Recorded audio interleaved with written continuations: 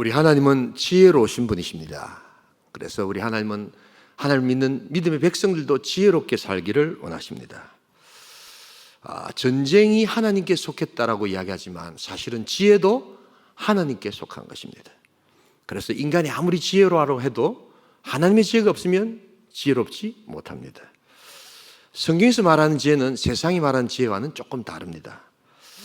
성경에 말하는 지혜는 어떻게 성경이 사라고 분명하게 규범적으로 명시되어 있지 않은 상황에서 자신과 하나님을 위해서 어떻게 올바른 선택을 할 것인가를 가르쳐주는 하나님의 선물입니다. 우리는 이런 영역에서 하나님의 뜻을 구하고 하나님의 인도를 구하지만 사실은 많은 경우 지혜만 있으면 금방 해결될 수 있는 영역이기도 합니다. 그래서 오늘 본문에 보시면 좀 선한데 지혜롭고 악한데 미련했으면 좋겠다. 오늘 성경은 그렇게 이야기를 합니다.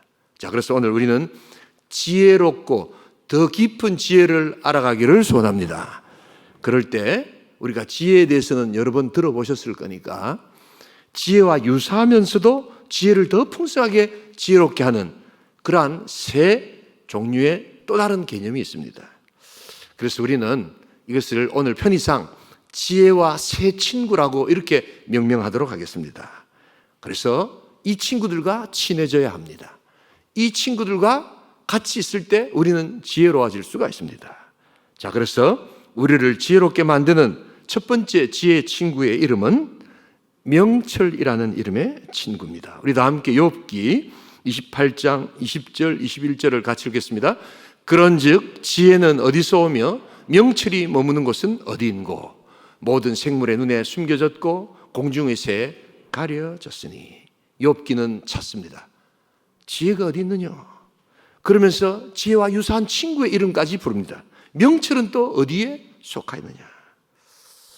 이 명철이라는 단어는 구약 성경에 49번이나 나올 정도로 아주 중요한 단어입니다. 비나라는 히브리 단어인데요, 이 구약적 의미에서의 명철의 뜻은 남이 볼 수 없는 것까지 작고 미묘한 것을 볼 수 있는 능력을 명철의 능력이다 이렇게 이야기를 합니다. 예를 들어 보겠습니다. 호텔 인류 요리사들은 우리가 그냥 먹으면 다 맛있는 음식인데 그 음식의 아주 미세한 맛과 분위기까지를 포착해냅니다.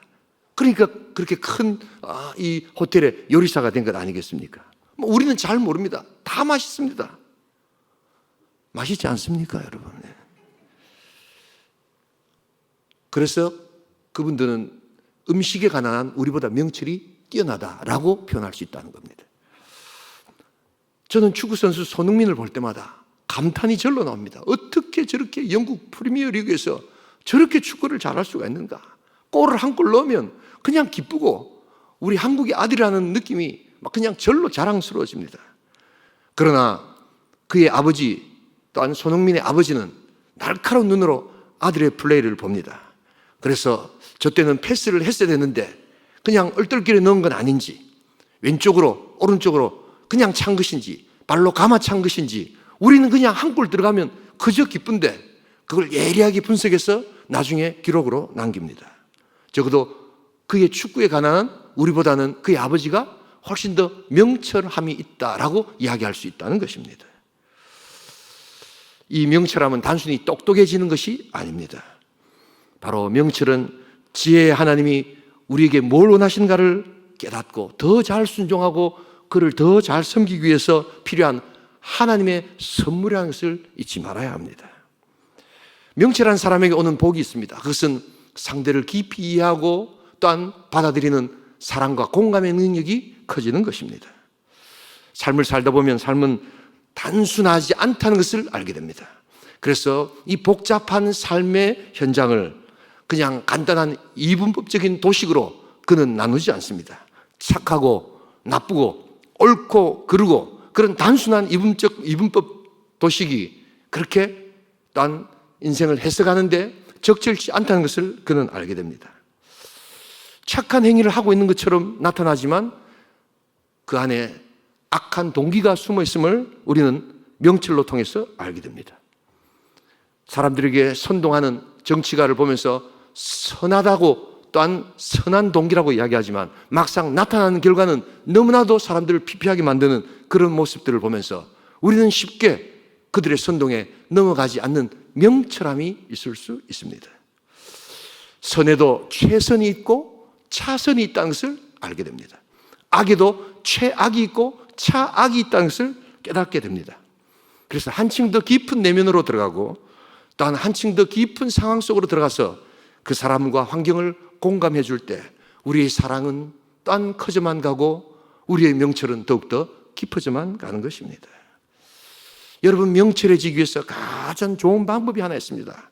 그것은 다름 아니라 지혜의 말씀, 계시의 말씀인 하나님의 66권의 말씀을 우리 가운데 품고 살아가며 묵상하는 자의 능력이 되어야 될 줄 믿습니다. 여기서 묵상한다는 말은 여러분 이런 것입니다. 알사탕을 입에 하나 집어넣는 것입니다. 어떤 사람은 이 알사탕을 또한 혀로 굴려서 이리 먹어보고 저리 먹어보고 하면서 그 달콤함을 만끽하지 않습니다. 그냥 뚝 집어넣으면 우두둑 씹어버립니다. 그러면 사탕의 맛도 나지 않고 여러분들의 아주 고급스럽고 좋은 이빨도 상하게 됩니다. 아무런 의미가 없습니다. 그러나 하나님 말씀 묵상한 자는 그 말씀을 입에 한 입 넣고 이리 굴려보고 저리 굴려보고 생각해보고 또한 말씀으로 기도해보고 또한 삶에 적용해보면서 이것이 그러한가, 왜 이렇게 맞지 않는가 고민하면서 계속해서 말씀과 함께 하루를 살고 고민하며 또한 나아가는 것, 이것이 삶의 묵상, 바로 그 시간에 우리는 더욱더 깊어져만 가는 명철의 소리를 듣게 되는 것입니다. 그리고 어느샌가 사람들에게 지혜로운 자라는 소리를 어느샌가 듣기 시작하는 것입니다. 여러분, 이 명철이 충만할 수 있기를 주님의 이름으로 축복합니다. 우리 시편 119편 97절에서 100절까지를 같이 한번 읽어보겠습니다. 함께 읽습니다. 내가 주의 법을 어찌 그리 사랑하는지요, 내가 그것을 종일 작은 소리로 읊조리나이다. 주의 계명들이 항상 나와 함께하므로 그것들이 나를 원수보다 지혜롭게 하나이다. 내가 주의 증거들을 늘 읊조림으로 나의 명철함이 나의 모든 스승보다 나으며 주의 법도들을 지킴으로 나의 명철함이 노인보다 나으니이다. 깊은 명철의 삶을 여러분들 누리시면서 깊어져만 가는 여러분들의 지혜가 풍성한 가을 될 수 있기를 주님의 이름으로 축복합니다. 두 번째로 오늘 우리를 지혜롭게 만드는 지혜의 친한 친구는, 첫 번째가 명철이라는 이름의 친구였고 두 번째는 분별력이라는 이름의 친구를 보게 됩니다. 우리 다 함께 로마서 12장 2절을 같이 한번 읽어보겠습니다. 너희는 이 세대를 본받지 말고 오직 마음을 새롭게 함으로 변화를 받아 하나님의 선하시고 기뻐하시고 온전하신 뜻이 무엇인지 분별하도록 하라. 지혜에 또한 유사한 친구 한 명은 분별이라는 친구입니다.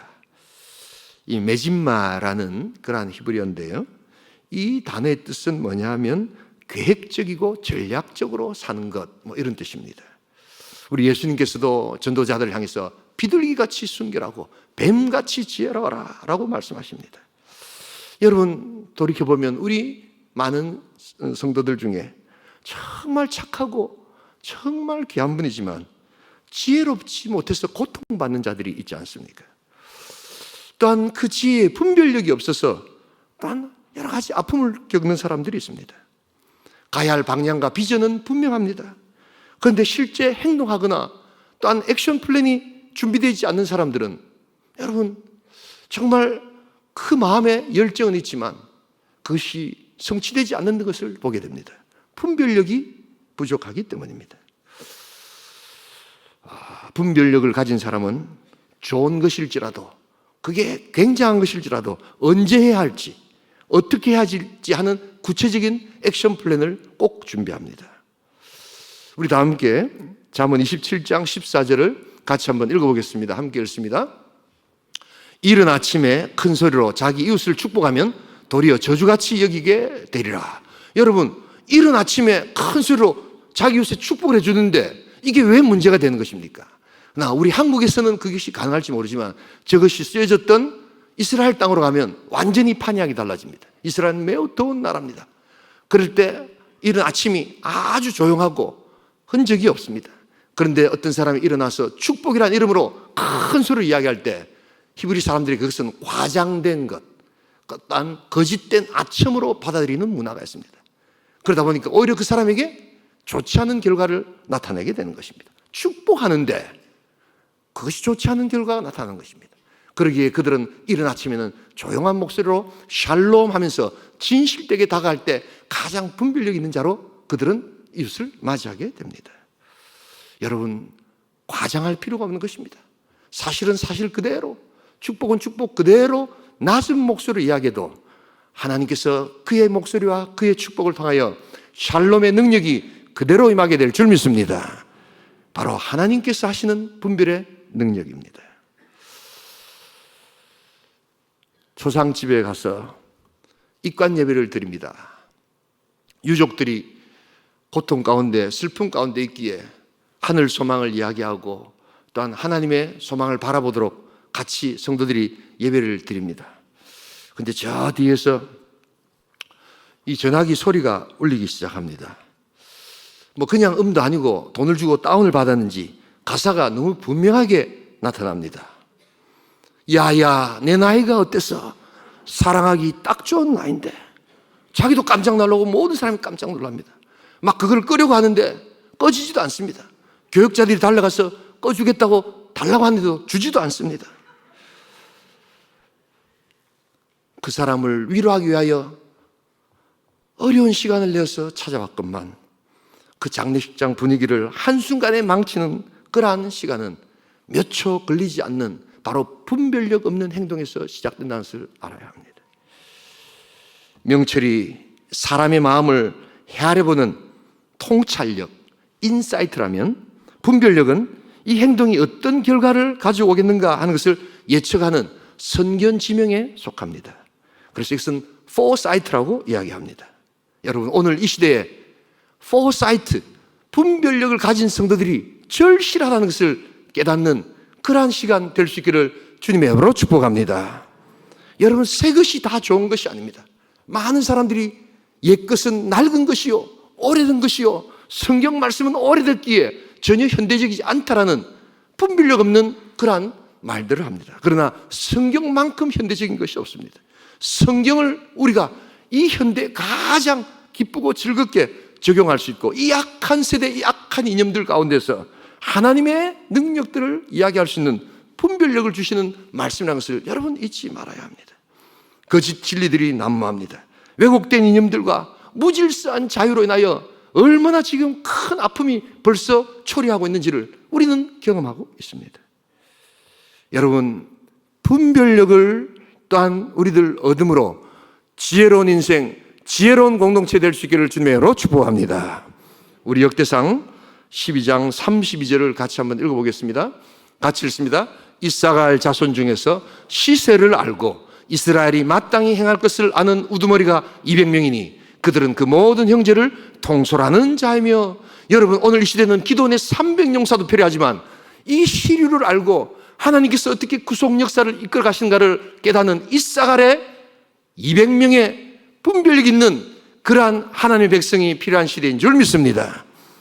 세상이 말하는 시대 정신이 아니라 세상을 거스리는 시대 정신, 하나님의 능력의 진리의 시대 정신을 깨닫는 이사갈의 200명이 오늘 우리들에게 필요하다는 것입니다. 기도원의 300용사도 필요하지만 참된 하나님의 사랑과 참된 하나님의 능력들을 제대로 깨닫고 이 타락하고 왜곡된 거짓 이념과 또한 거짓 진리가 난무하는 시대에 하나님의 능력 가운데 이끄는 이사갈의 통치의 200명이 우리 온천교회 모든 성도로 하여금 충만할 수 있기를 주님의 이름으로 축복합니다. 온천교회가 바로 이 자리에서 이러한 하늘의 능력의 우두머리가 되어야 될 줄 믿습니다. 하나님 안에 속하고 참된 영적 분별력을 깨닫는 것입니다. 그때 하나님은 여러분과 우리 교회를 사용하시고 지금도 일하시는 하나님의 능력을 보게 될 것입니다. 여러분, 분별력을 얻기 위해서는 깨어 기도해야 합니다. 엎드려 기도해야 하는 것입니다. 그럴 때 하나님께서 성령의 음성을 들려주시고 우리에게 나아가야 될 길을, 이스라엘이 마땅히 행해야 될 것을 여러분 가르쳐 주신다는 것을 알아야 합니다. 자녀들을 위해서 기도하십시오. 하나님께서 부모들에게 이 자녀들에게 마땅히 행할 것을 하나님께서 가르치십니다. 여러분, 여러분들의 비즈니스에서 기도하십시오. 여러분들의 비즈니스를 향해서 하나님께서 마땅히 할 수 있는 것들을 이 어려운 경제 시간 속에서 하나님 주신다는 것을 잊지 말아야 합니다. 깨어 기도하는 것은 하늘의 그런 분별을 경험하는 축복의 능력입니다. 제가 서울에 있을 때는 불암산이라는 곳에 자주 갔습니다. 거기 절들이 많은데 거기에 기도원들이 또한 있어요. 그래서 개인적으로 영적으로 험한 곳인데 가서 기도하면 참 은혜가 되고 응답이 많이 옵니다. 그래서 자주 갔었는데 이게 이제 기도원이다 보니까 한 번씩 예배를 드리는데 거기 오신 목사님들이 아주 이렇게 이 예배를 하시는데 재밌게 하시는 목사님들이 많아요. 그래서 그때 들었던 예화 중에 아주 제가 지금도 기억 남는 예화가 하나 있습니다. 어떤 목사님이 이제 천국에 가셨는데 그때 마침 서울에서 인천까지 가는 총알택시 운전사하고 같이 천국에 올라간 겁니다. 그래가지고 이제 딱 앞에 서서 이제 하나님 상급을 주시잖아요. 상급을 하는데 이 목사님한테 조금밖에 안 주시는 거예요. 근데 이 총알택시 운전사한테는 막 엄청 많이 주시고 막 칭찬도 막 해주셔서 이 목사님이 하도 좀 부하가 나가지고 하나님에 따진 거예요. 아니, 내가 목회를 얼마나 열심히 하고 또한 막 이렇게 교회 성도들 얼마나 열심히 섬겼는데 왜 상급을 요만큼 주시고 저 총알택시 운전사한테 저렇게 많이 주십니까? 하니까 그걸 듣고 있던 하나님께서 잘 들어봐라. 이 총알택시 운전사는 그 밤중에 술 마신 사람이 딱 탔는데 서울에서 인천까지 가면서 얼마나 빨리 달리는지 정신이 번쩍 들게 해가지고 그 사람들마다 전부 다 내를 찾도록 기도하게 만들었다. 이 술 마셔서 정신도 없는데도 막 두 손을 모으고 막 기도하게 만드는데 너는 주일 오전 11시에 해가 팍 떠가지고 얼마나 상쾌하고 복된 날인데 예배 드릴 때마다 설교 준비가 안 돼가지고 성도들 다 졸게 만들지 않았느냐. 누가 상급이 더 크냐. 졸지 않으시기를 원합니다. 이 소리 들으니까 정신이 번쩍 들어요. 여러분 웃고 계시지요? 저는 진심으로 받았습니다. 여러분, 기도하는 것입니다. 그래서 이 시대의 시류를 분별하는 것입니다. 그래서 하나님께서 우리 교회를, 하나님께서 우리 가정을, 하나님께서 이 어려운 경제 상황 가운데 하나님 나에게 맡기신 내 비즈니스를 어떻게 올려드리겠습니까? 그 분별력을 우리가 하나님 앞에 받을 때 여러분들의 지혜가 풍성해지게 될 줄 믿습니다. 지혜의 또 다른 친구, 분별이란 이름의 친구를 여러분들의 친구로 사귀셔서 지혜의 풍성함을 누리시는 복된 인생, 복된 공동체 될 수 있기를 주님의 이름으로 축복합니다. 우리 세 번째로 오늘 우리 하나님께서 우리에게 또 지혜를 주시기 위해서 우리가 친해야 될 친구의 이름은 첫 번째 명철이라는 이름이고 두 번째 분별이라는 이름이고 세 번째는 이제 훈계라는 친구의 이름입니다. 우리 다 함께 사도행전 20장 31절입니다. 함께 읽겠습니다. 그러므로 여러분이 일깨어 내가 3년이나 밤낮 쉬지 않고 눈물로 각 사람을 훈계하던 것을 기억하라. 여러분, 이 훈계라는 히브리 단어는 무사르라는 단어인데요, 이게 원뜻이 교관이 옆에 붙어서 엄격하게 또한 초보자를 가르친다 할 때 쓰는 단어가 이 훈계라는 단어입니다. 그런데 아마 오늘 우리 시대는 이 지혜의 세 친구 중에 제일 사귀기 싫어하고 듣기 싫어하는 친구의 이름이 바로 훈계라는 이름일 것입니다. 학교에서 훈계가 사라져 버렸습니다. 또한 교회에서 또한 훈계가 사라져 버렸습니다. 또한 집안에서 훈계가 사라졌습니다. 그리고 어르신들을 향해서 훈계하지 마세요 라고 딱 대놓고 이야기하는 자연스러운 시대가 되어버렸습니다. 라떼를 훈계로 바꿔서 또한 싫어합니다. 그러나 하나님께서는 지금도 여전히 훈계라는 이름으로 우리에게 지혜를 주신다는 것을 여러분 잊지 말아야 합니다. 이 무사라는 단어는 어떻게 우리에게 찾아오는가? 어떻게 엄격한 교관의 모습으로 우리에게 찾아오는가? 바로 고난이라는 이름, 눈물이라는 이름으로 우리 인생을 향해서 간절하게 또한 그러나 애절하게 우리에게 찾아와 우리를 지혜롭게 만드는 그러한 하나님의 방법이라는 것을 잊지 말아야 합니다. 훈계를 통해서 우리는 삶의 지혜를 배워야 합니다. 그러면서 삶의 현실을 다루는 그러한 실력들이 점점 커져 나가는 것입니다. 여러분, 원리를 배울 때 철저하게 배우지 않으면 대충 배우면 나중에 응용할 수가 없습니다. 처음 배울 때 단단하게 배우지 않으면 대충 배우고 훈계돼서 싫어하고 내 마음대로 내 하고 싶은 대로 내 방법대로 하겠어요. 그것은 결코 자유가 아니라 나중에 큰 어려움을 당한다는 것을 여러분 잊지 말아야 합니다. 훈계는 때로 주위의 인생을 오래 사시고 신앙의 선배들이 주는 뼈아픈 지적과 방향도 훈계가 될 수 있습니다. 이걸 받아들이셔야 합니다. 그러나 오늘 이 시대는 이런 친구의 이름을 싫어합니다. 라떼는 하면서 그것을 거절합니다. 우리 잠언 27장 5절에 이와 유사한 말씀이 있습니다. 함께 읽겠습니다. 면책은 숨은 사랑보다 나으니라. 이 면책이라는 단어는 선한 동기를 가지고 이야기하는 또한 책망입니다. 그런데 숨은 사랑이 뭐냐면 그냥 방치되어서 이것도 좋고 저것도 좋은, 그래서 무조건 감싼 때 숨은 사랑이다라고 히브리 단어들은 그렇게 설명합니다. 여러분, 잠깐은 숨은 사랑이 좋을지 모르지만 잠깐은 또한 아픈 질책이 또한 우리에게 아픔을 줄지 모르지만 그 결과는 너무나도 달라진다는 것을 잊지 말아야 합니다. 훈계를 싫어하는 시대에 여러분, 지혜가 사라지고 있습니다. 우리의 삶의 현장 가운데서 우리 살아가지만 참된 지혜를 얻기 위해서는 여러분, 훈계가 다시 살아나야 합니다. 책망이 다시 살아나야 합니다. 모든 성경은 하나님의 감동으로 된 것으로 교훈과 책망과 바르게 함과 의로 교육하기에 유익한 말씀이라는 것을 성경은 지금도 이야기하고 있는 것입니다. 때로 아프지만 그 아픔을 이겨내면서 우리는 강건해지고 있는 것입니다. 스티븐 코비의 성공한 사람의 7가지 습관이라는 책이 있습니다. 이분이 이제 돌아가셨는데요.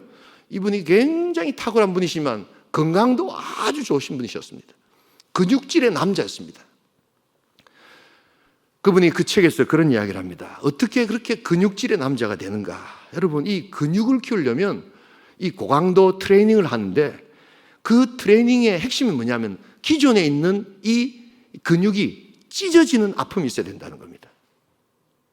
그래도 너무 찢으시면 안 되고요. 예. 그래서 뭐 무게를 들고 나면 아유, 이렇게 왜 이렇게 아프노 하는 정도가 돼야 된다는 겁니다. 그래서 우리가 모르지만 그 안에 근육이 찢어지는데 그 찢어짐 있고 난 다음에 이제 쉬고 또한 휴식하면서 이렇게 밥을 드시고 할 때 그 찢어진 게 다시 아물면서 더 단단해지고 근육이 늘어난다는 겁니다. 그래서 근육이 이렇게 좋아지면서 건강이 굉장히 좋아지는 겁니다. 우리 어르신들 물질의 연금도 필요하지만 노후 때 이 근육 연금을 여러분 충만히 가질 수 있기를 소원합니다. 근육이 사라지기 때문에 힘들고 어렵고 이 체형이 바뀌고 그렇게 되는 거예요. 근육을 키우셔야 되는데 그 근육을 키우시려면 이 찢어지는 아픔이 있어야지 더 건강해진다. 그거를 못 참아내면 결국에는 더 아프고 더 힘들어지는 것이 우리의 몸이라는 것을 그대로 이야기하면서 이것은 영적인 원리와 똑같다는 것입니다. 때로 고난이 오고 때로 나에게 깊은 상처가 온다 할지라도 그것을 하나님께 올려드리면서 하나님 이 훈계를 통하여 나에게 말씀하시고자 하는 하나님의 지혜를 배우기로 합니다 라고 나아갈 때 눈물 속에서도 우리는 방울방울 흘리는 눈물 속에서도 지혜의 새로운 샘이 솟아나기 시작하고 내가 이렇게 살아서는 안 되겠구나, 내가 이것을 해서는 안 되겠구나, 이것을 해야 되겠구나 하는 분명한 결단을 새롭게 하는 하늘의 역사를 보게 되는 것입니다. 찢어지는 근육의 아픔이 있을 때 여러분들의 건강이 좋아진다는 것을 잊지 마십시오. 잃어버린 시간을 찾아서라는 유명한 소설을 썼던 마르셀 프루스트의 이야기를 저는 좋아합니다. 그는 이렇게 이야기합니다. 아무도 대신해 주거나 그 누구도 면제받을 수 없는 삶의 슬픈 광야를 통과할 때 당신은 비로소 지혜로워진다라고 이야기합니다. 여러분, 우리가 걸어가야 될 우리만의 나만의 슬픔의 아픔이 있습니다. 아무도 이해할 수 없는 고통의 순간들이 있습니다. 정말 까만 밤을 하얗게 새워야만 하는 그러한 고통의 순간이 있습니다. 비즈니스 때문에 여러분 요사이 경제가 너무 어렵잖아요. 그냥 물가가 오르고 정말 작은 기업 하나 운영하는 것이 얼마나 힘들고 사람 구하기가 어렵고 우리 자녀들 생각지 않았던 일들이 펑펑 터지기 시작하면서 온 나라가 난리가 나고 있지 않습니까?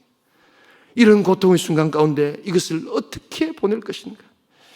아무도 대신해 주거나 아무도 면제받을 수 없는 그 삶의 슬픈 광야를 통과하지만 바로 그 훈계가 우리를 찾아올 때 우리는 하나님의 지혜를 배우게 될 줄 믿습니다. 신중해지기를 원합니다. 아, 이렇게 하면 안 되는구나. 아, 이렇게 해서는 정말 하나님 기뻐하시지 않구나. 아, 명쾌한 사고를 해야 되겠구나. 하나님 이것을 기뻐하시는구나. 여러분, 이 훈계를 통해서 비로소 우리는 인간의 본성을 깨닫고 인간관계의 이치를 깨닫고 또한 고난과 죽음이 어떤 의미인가 하나님의 성품을 깨닫게 되는 겁니다. 여러분, 단순하지 않습니까? 누가 자기 아내에게 막대하고 함부로 하고 거짓말하고 하는데 누가 좋아할 아내가 있겠습니까? 자녀를 향해서 막대하는 그러한 어머니나 막 이야기하는 우리 동료들 향해서 직장에서 교회에서 함부로 이야기하는데 그 인간관계 이치에서 누가 사랑을 받을 수가 있겠습니까? 아, 이렇게 해서는 안 되는구나. 여러분, 바로 훈계는 그렇게 우리에게 찾아오는 것입니다. 그때 우리는 참으로 지혜로운 자가 되는 것입니다. 이 말씀을 드리고 마무리를 하겠습니다. 어저께 우리 온천교에서 이 행복축제 세레나데의 한 시간으로 우리 미우라 아야코라는 일본 우리 돌아가신 100년이 되는 아주 신실한 크리스찬의 우리 책 북콘서트가 있었습니다. 그냥 일본 여자라는 이유로 그냥 우리가 관심도 끊고 이렇게 쳐다보려고도 하지 않는 이 막연한 이 반일 의식 때문에 여러분, 이 여인의 정말 탁월한 이 소설을 우리가 놓치고 있는 그러한 어리석음이 있음을 우리는 다시금 일깨워야 합니다. 정말 성경에 하나님을 너무나도 실감나게 참 잘 그려낸 그의 이 놀라운 지혜는 바로 고통이란 훈계를 통해서 그가 얻게 된 것입니다. 어저께도 봤듯이 13년간의 그는 폐기력을 알았습니다. 그리고 사랑했던 두 남자가 그냥 연이어서 세상을 떠나는 그 고통 속에서 그는 자살하려고 했고 또한 삶을 포기하려고 했던 바로 그 순간에 하나님의 사랑이 임함으로 말미암아 그 하나님의 사랑 때문에 그가 새롭게 살아나면서 내가 그 사랑을 내가 소설로 사람들에게 전도하리라.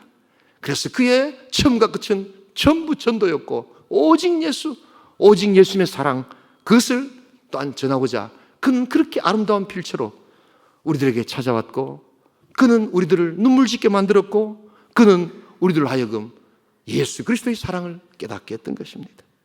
여러분, 고난이란 이름의 훈계가 올 때 하나님의 지혜를 깨닫는 복된 인생 될 수 있기를 소원합니다. 하나님 훈계하지 마세요.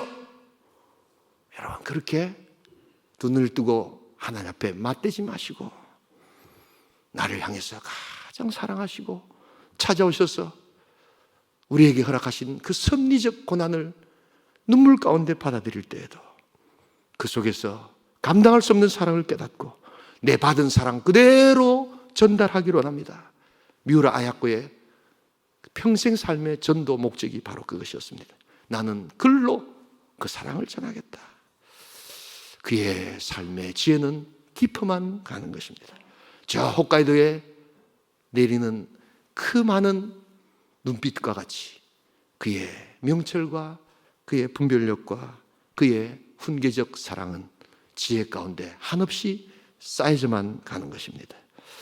여러분, 이 훈계를 여러분들의 친구로 삼고 지혜로운 자 될 수 있기를 주님의 이름으로 축복합니다. 새 친구와 좀 친해지셔야 합니다.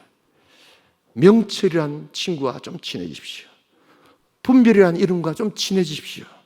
그리고 별로 친해지고 싶지 않은 그 훈계라는 이름의 친구를 먼저 여러분 찾아가셔서 그와 함께 지나며 진정한 하나님의 지혜를 깨달음으로 우리 하늘의 능력들을 체험하시는 복된 공동체, 복된 성도 될 수 있기를 주님의 이름으로 축복합니다.